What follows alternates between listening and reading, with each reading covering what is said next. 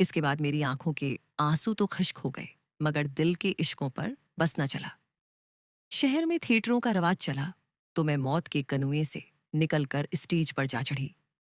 शाहजी के साथ मेरा पहला ड्रामा इतना हिट हुआ कि इन्हें मेरे साथ पूरे 2 साल का मुआहिदा करना पड़ा और मैं अपने कबीले में सबसे ज्यादा कमाने लगी।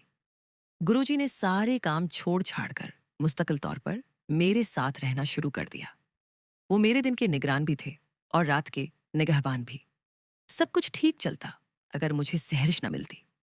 मैं उस दिन गुरुजी के साथ शाह रकन आलम के मज़ार पर चावलों की देग तकसीम करने गई थी, जब मैंने स्याह चादर में लपेटी एक मासूम सी लड़की देखी और मेरे दिल पर क़यामत गुजर गई। उसका रंग इतना गुलाबी था जैसे किसी ने दूध में रूह अफ़ज़ा घोल दिया हो, और नक्श इतने देखे जैसे किसी मुसव्विर ने उन्हें सदियों की मेहनत से तख्लीक किया हुआ। मैंने उसकी बड़ी बड़ी आंखों में एक अजीब सी यासियत देखी और खुद भी उदास हो गई। मैं बेअख्तियार उसकी जानिब लपकी।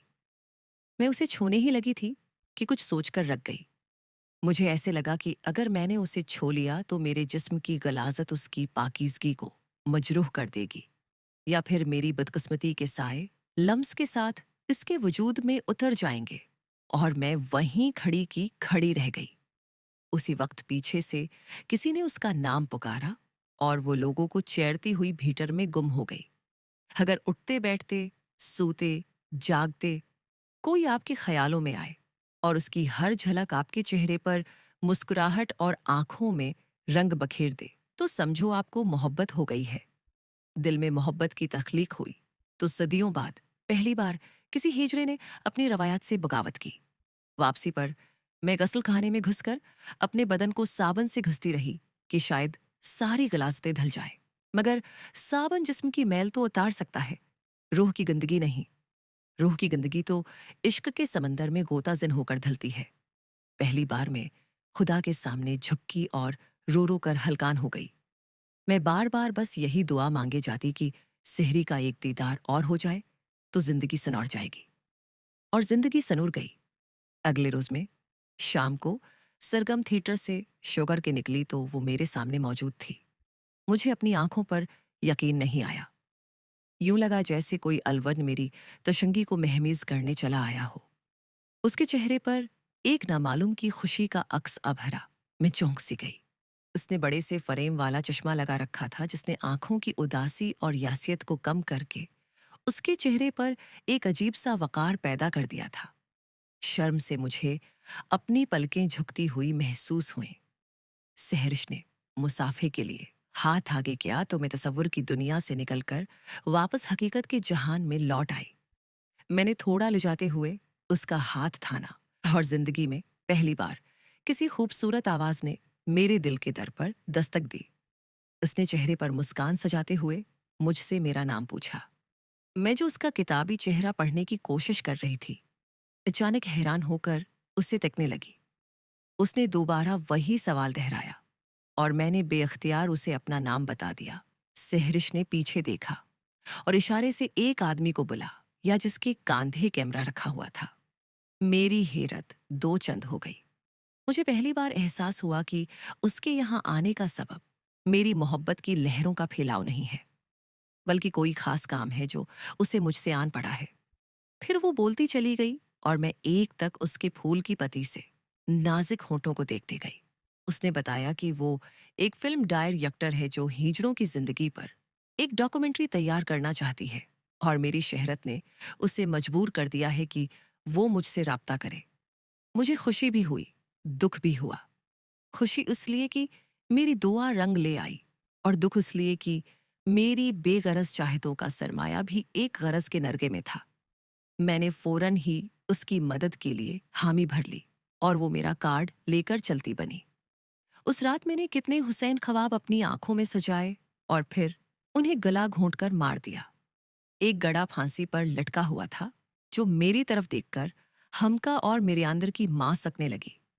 एक मर्द मेरे जिस्म से लपटकर चौर दरवाजे खोलने लगा। मैंने कर्ब से आंखें मूंदे और सहरिश को तसव्वुर के लब्बों से चौमने लगी। फिर उसके सारे वजूद को चौमते चौमते मेरी आंख लग गई। अगले रोज दिन के 2 बजे मेरी कोठी के फर्श पर उसके हाई हेल जौतों की आवाज उभरी। मैं उसे ड्राइंग रूम में ले गई। वो 3-4 घंटों तक मुझसे गुफ्तगू करती रही और मेरे अंदर का मर्द उसकी निस्वानियत से हमकलाम होता रहा। वो वक्फे वक्फे से कुछ बातें अपनी डायरी में लिखती रही और मैं वक्फे वक्फे से उसका चेहरा पढ़ती रही। लिखते हुए एक शरीर लट उसके गालों को छूती और मैं उसकी लट से हसद करने लगती। कभी वो आंखें मूंद कर कुछ सोचते हुए बाल पॉइंट का आखिरी सिरा चबाने लगती तो मैं उसे यूं देखे जाती जैसे मिर्जा ने मौत से पहले आखिरी बार साहबा को देखा होगा। शाम के 6 बजे उसने एक लंबी सी अंगड़ाई ली तो मखमूर धरती ख्वाब से बीदार हो गई। और जब सहरिश मुझे अपनी फिल्म के मरकजी किरदार के तौर पर मुंतखब करके निकली तो शाम की सरखी उफ़ के माथे पर एक खूनी बूसा सबत कर चुकी थी। रात को थिएटर से लौटने के बाद मैं गुरुजी के कदमों में सर रखकर इन्हें अपनी मोहब्बत की दास्तान सुनाने लग गई और वो पलकें झपकाए बगैर मुझे देखे गए। मैंने उनकी आंखों से शौले से निकलते देखे। उन्होंने मेरे बाल पकड़कर मुझे जमीन पर घिसेटते हुए इतना मारा कि मेरा जिस्म भी मेरी रूह की तरह तार तार हो गया। फिर अचानक वो मुझसे लपट कर रोने लगे। दोनों ने अपनी बेबसी पर खूब आंसू बहाए। गुरुजी ने मुझे बहुत समझाया कि मैं उसका ख्याल दिल से निकाल दूं, मगर मेरे पास दिल रहा ही कहाँ था। दिल तो सहर्ष की उदास आंखों में डूब कर गरक हो चुका था। अगले हफ्ते से डॉक्यूमेंट्री पर काम शुरू हो गया।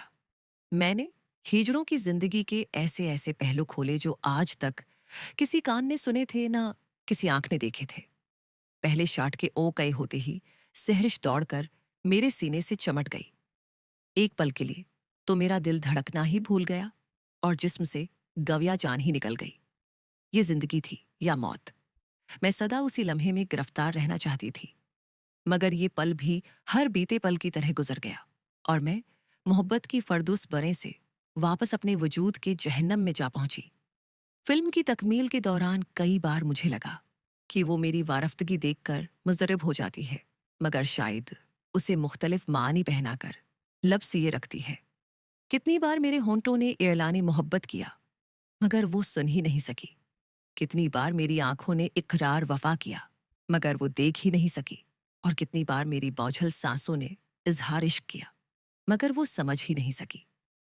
मैंने डॉक्यूमेंट्री का आखिरी शार्ट फिल्म बंद करवाया और आ से गुफ्तगू करने लगी। वो अगले हफ्ते फिल्म को बरतानिया के किसी मेले में पाकिस्तान की नुमाइंदगी के लिए पेश करने जा रही थी और इसकी कामयाबी के बारे में बहुत पर उम्मीद थी। मैंने यूं ही बातों बातों में उसकी आंखों की यासियत का सबब पूछा तो वो अचानक खामोश हो गई। उसने अपना मसला बताया तो मैं हंसने लगी। वो दुनिया की हर प्रेम कहानी की तरह अपने किसी क्लास फेलो पर मरती थी, मगर सहर्ष के बिजनेस टाइकन बाप ने अपने दोस्त के बेटे के साथ उसका निकाह कर दिया था।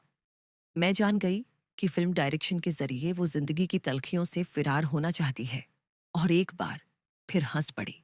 सहर्ष ने चेहरे पर हैरत और गुस्से के मिले जुले तासरात सजाते हुए मेरी हंसी का सबब पूछा तो मैंने उसके गम को एक मामूली सा हादिसा करार दिया। वो बहस पर उतर आई और अचानक ही मेरे दिल का सारा गुबार बाहर निकल आया। मैंने उसे बता दिया कि उसकी जिंदगी के तमाम दुख भी मिलकर मेरी मजरूह मोहब्बत का मुकाबला नहीं कर सकते और शायद कायनात के सारे दुख भी इस बेबसी के सामने हैं छूं जिसने मेरे खोखले वजूद को मजीद नीम जान कर दिया है। मैंने उसे बता दिया कि मैं उससे किसी चीज की तलबगार नहीं हूं और मैं उससे कुछ तलब कर भी नहीं सकती क्योंकि मेरे पास उसे देने के लिए कुछ है ही नहीं। सहर्ष इस सारे दौरानिए में मुझे हैरत से तकती रही। अचानक वो इस शाख से बाहर निकली और उसने मेरे मुंह पर एक थप्पड़ जड़ दिया। मेरे गाल सर्क हो गए और मैं रोने लगी। सहरिश भी हथेलियों में मुना छिपाकर रो रही थी। सहरिश ने अपनी पलकें उठाएं और मैं उसकी आंखों में गहरे सर्क डोरे देखकर खुद को अल्जाम देने लगी। उसकी आंखों की जबान में कुछ ऐसा रम्ज छिपा था कि मैं कुछ जान ही नहीं पाई। वो उठकर जाने लगी तो मैंने अचानक उसका हाथ पकड़ लिया और पागलों की तरह चौंकने लगी। सहर्ष ने फौरन घबराकर हाथ छुड़ाने की कोशिश की, और मैं उसका हाथ छोड़कर तेज तेज कदम उठाती अपनी दुनिया में लौट गई। फिर मालूम हुआ कि सहर्ष लंदन चली गई है। उसकी डॉक्यूमेंट्री को फिल्मी मेले में दूसरा इनाम मिला और ऑस्कर अवार्ड के लिए नामजदगी।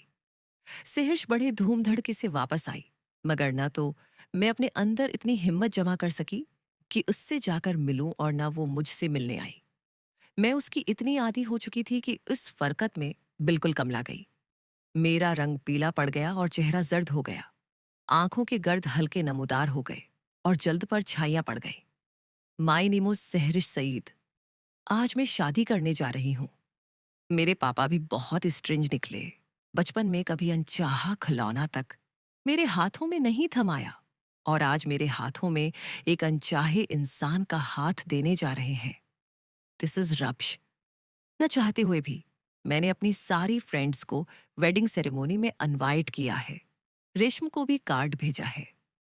ये रेशम भी बड़ी एंटीक चीज है।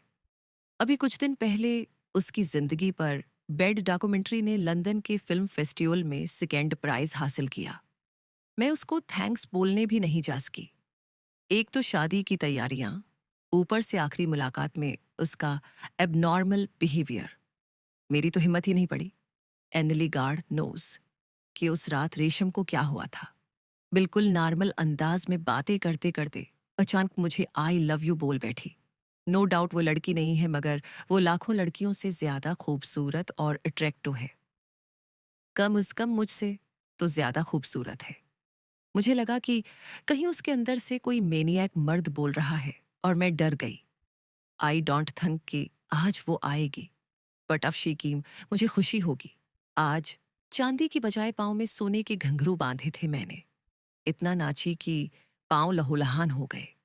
सहर्ष मुझे उन्हमाक से देखती रही और जब मैं उसे मुबारकबाद देने गई तो मुझसे लपटी भी, अगर आज मेरे दिल की धड़कनें इत्तेदाल पर रहें, क्योंकि ढूंढे से भी उसकी आंखों में वो उदास समय नजर नहीं आए जो उसकी जात का सबसे नमाया हिस्सा थे।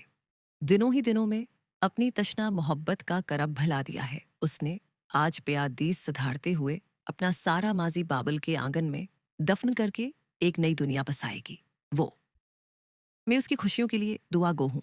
आज पहली बार मुझे अपने हिजड़ेपन पर फख्र महसूस हुआ है।